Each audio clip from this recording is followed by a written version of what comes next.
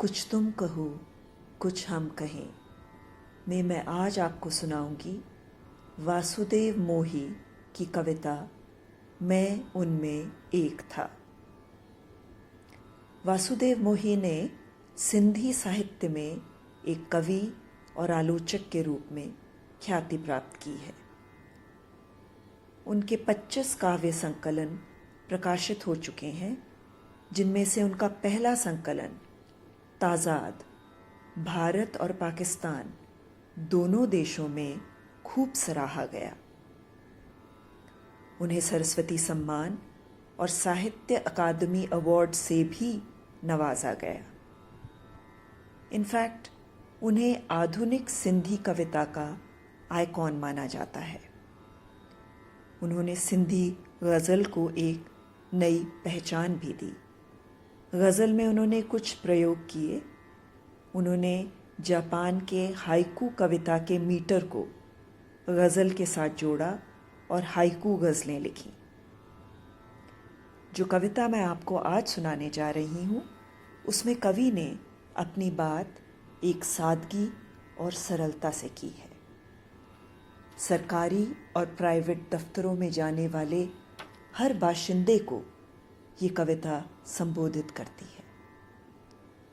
आदमी से मशीन बनने की प्रक्रिया, जीते जीते मर जाने की प्रक्रिया, जीते हुए मरने का सफ़र तय करने की प्रक्रिया का चित्रण बहुत ही सरल और सजीव भाषा में किया है।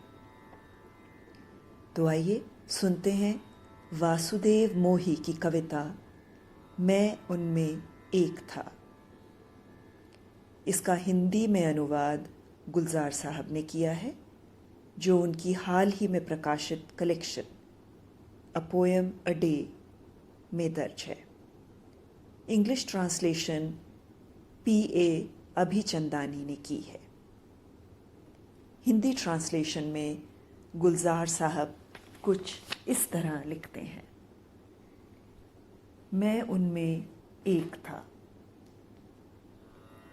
मैं उनमें एक था। शुरू करते थे दिन अपना, सुबह उठते ही चाय के लिए चिल्लाते थे। दौड़ते थे, हाँफते थे, दबाव खून का अपना चढ़ाकर पहुंच जाते थे दफ्तर में। मैं उनमें एक था जो अपने वक्त के पूरे उसूलों के लिए पाबंद रहते थे, मगर उन्हीं उसूलों ने उन्हीं की ज़िंदगी को खोखला करके गड्ढे खोदे हुए थे। मैं उनमें एक था, रगें जिनकी कभी कांपती नहीं, मशीनों की तरह आवाज़ करती थी गर्र गर्र, और उनकी खुरदुरी सी जिंदगी को पीस डाला था। मैं उनमें एक था जिन्हें कि जिंदगी और मौत पूछो तो सवाल मामूली लगता था।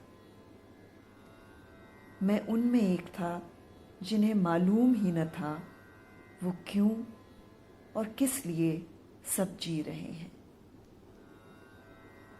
मैं उनमें एक था जिन्हें मालूम ही न था वो मरते जा रहे हैं और मर गए आखिर। इंग्लिश ट्रांसलेशन में P.A. अभिचंदानी कुछ इस प्रकार अर्ज करते हैं। I was one of them. I was one of those who started the day shouting for tea in the morning, then running and panting, elevating the blood pressure, reached their office. I was one of those who religiously cherished the principle of time. But every principle made their existence more hollow and potholed.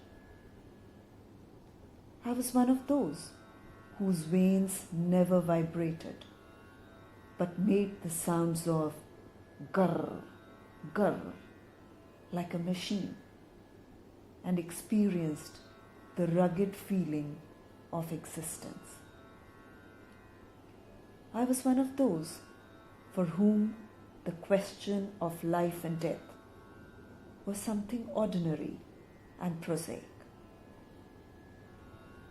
I was one of those who never knew why, for what reasons they existed. I was one of those who never knew they were dying and then died. इस कविता में existentialism की छटा भी मिलती है। दफ्तर में काम करने वाला बाशिंदा शारीरिक तौर पे तो जिंदा है, पर दफ्तर की उकताने वाली दौड़ ने उसे अंदर से बिल्कुल खोखला कर दिया है।